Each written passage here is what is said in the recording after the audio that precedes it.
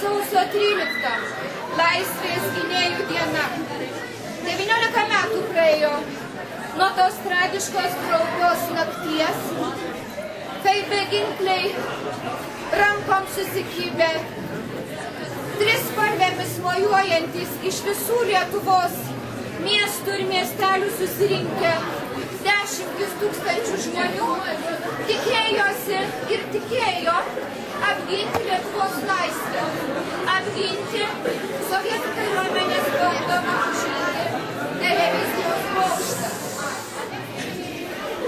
Mano rankose knyga, kurią turbūt daugelis matėte. Knygoje beveik 500 gyvų liudininkų atsiminimai apie tą kraupę, baisią, žiaurią naktį, apie aukas, kurias Lietuva sudėjo ant nepriklausomybės laužo.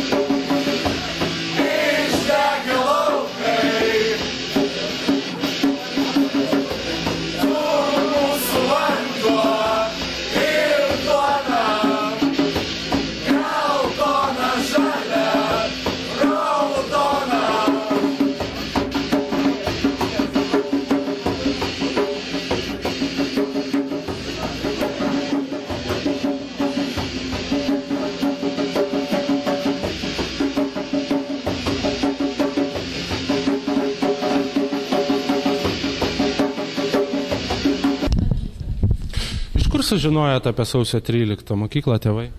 Mokykla. Ir tėvai. Etikos, televizorius. Jo, mokykla.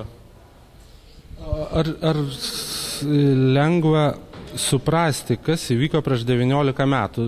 Atrodytų taip ir nesenai.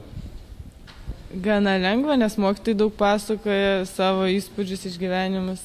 Dalyvavę jie patys ten stovėjo prie to televizijos bokšto. Mes turbūt patys nelabai gal įsivaizduojam. Nu, mes galim tik tai nuspėti. Taip, ką pasakoja kažkiek, bet tai kaip ten iš tikrųjų buvo, tai nei mes įsivaizduosim to jausmą, nei reikia patirti. Geriau nepatirti. Tanką teko matyti. Gyvą tanką teko. Transportą, kad jis nevažiavo ir neskleidė jokio garso. Jo. Buvom... Stamento kažkokio, ne? Stovėjo tankas. Laipė. Didelis jau. Mūsų skausmas tu savo širdyse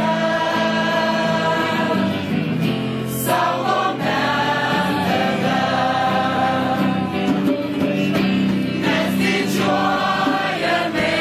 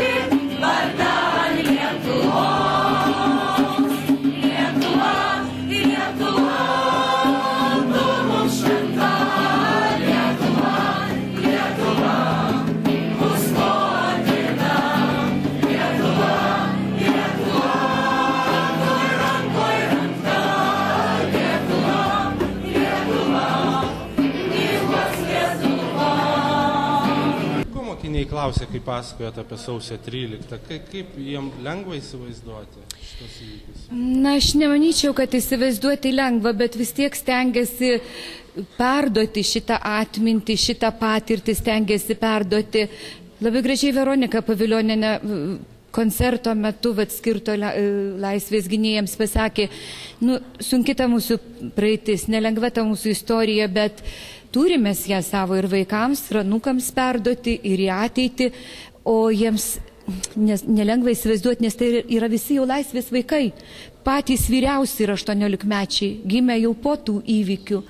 Bet turbūt, kai kalbi apie jų bendramžius, padėjusius galvas, paukojusius gyvybę tą naktį, tą baisę, tragišką naktį, tai gal ir jiems kažkaip tai gali jie pajusti tą tokį suvokimą tokį, kad o jeigu tai būtų, sakykime, kaip sakė Martinas, geriau nebūtų, bet kaip būtų, kaip sakykime, elgtųsi jie, kaip elgtųsi jaunesni. Manyčiau, kad dabartinis jaunimas niekiek nelabiau ištyžęs, niekiek nelabiau išlepęs, jie gana tvirti, jie dauguma turi savo nuomonę, savo poziciją, turi visais klausimais ir jeigu reikėtų, neduok Dieve, manyčiau, kad lietuviai vėl stotų petys petin, ranka prie rankos. Manyčiau. Už tai ir gaivinam tą atmintį, už tai ir nepaliekam, už tai ir šnekam, už tai ir ieškom kažkokių tai tokių įdomesnių ir įtaigesnių formų, kad tai nebūtų kažkoks tai valdiškas reikalas. Vat atbuvom, paminėjom, tada pakabinom kažkokį ir tebūnie. Kažkaip tai norisi, kad tai būtų pačių gyvas dalyvavimas, prisilietimas prie tos istorijos. Kiek savo gimimo datą? 1991 metai sausio 12. Kur tavo šeima buvo per tuos įvykius? Tai tuomet mama mane buvo pagimdžius ir buvo ligoniniai, o kiti, tai tėtis ir dar brolį turiu, tai jisai buvo nustebėjusius įvykius namie, man atrodo. Ar atsimeni, kada tau papasakojo, kas ten tavo gimtadienio išvakarėse įvyko? Gal jau kai buvo kokie 7-8 metai, kai jau suprasdavau kažką tai. Nes šiaip kai mažas buvau, tai neatsimenu, kad pasakotų. Ir pasakyk savo vardą. Ernestas.